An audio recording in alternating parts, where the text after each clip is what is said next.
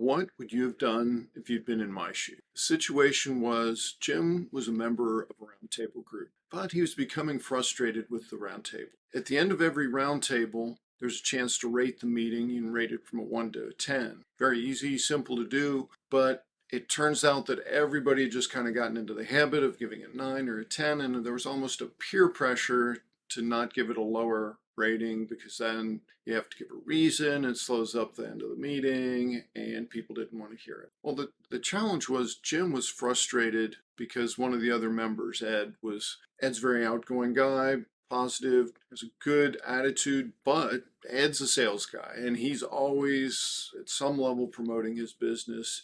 And Jim just felt like that Ed was selling to him all the time, just the feeling that Jim had. So there was some tension there. And Jim didn't feel like there was a way to express himself. And so eventually Jim talked to another member, and the other member eventually shared that with me.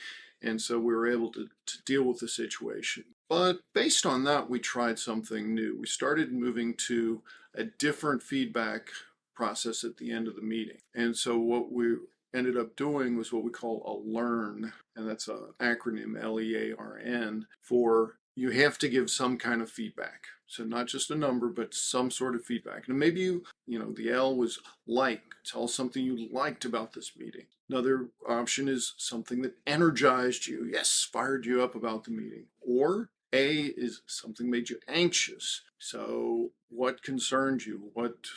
And this would have been perhaps where Jim might have expressed his feeling. Another option is the R is redirect. How do you take something and kind of follow up on that and redirect it in a slightly different direction? And the fifth one is something that you needed in the meeting, but you didn't get. And so you have to pick one of these 5 things and you have to answer one of those 5. So each person, as we go around the room, picks one of those, shares that. And we all just listen and acknowledge that feedback, but we don't respond to it. We don't want to get into a back and forth and an argument or anything like that. So it's simply, okay, thanks for sharing. Now we've got one more twist that we've done. Because this is an answer, it's a little bit more, we go around the room in a random order and we ask each person to summarize what the last person said before they give their own feedback. So what, of course, this does is it makes sure that everybody's listening to each other. So that's very important. So listen to what the other people are saying, be able to quickly summarize what they just said, then give your feedback on something you either like, that energizes you, makes you anxious, redirects, or something you need but didn't get.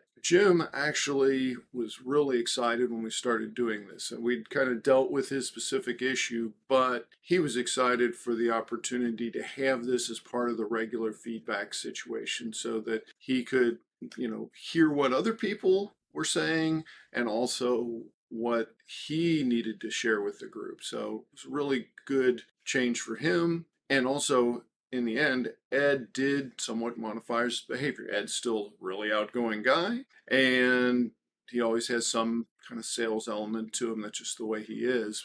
But Jim was more comfortable with it. Ed did change his behavior a little bit, and it ended up being a win-win. I'd love to hear your feedback. What would you have done in this situation? That's the story.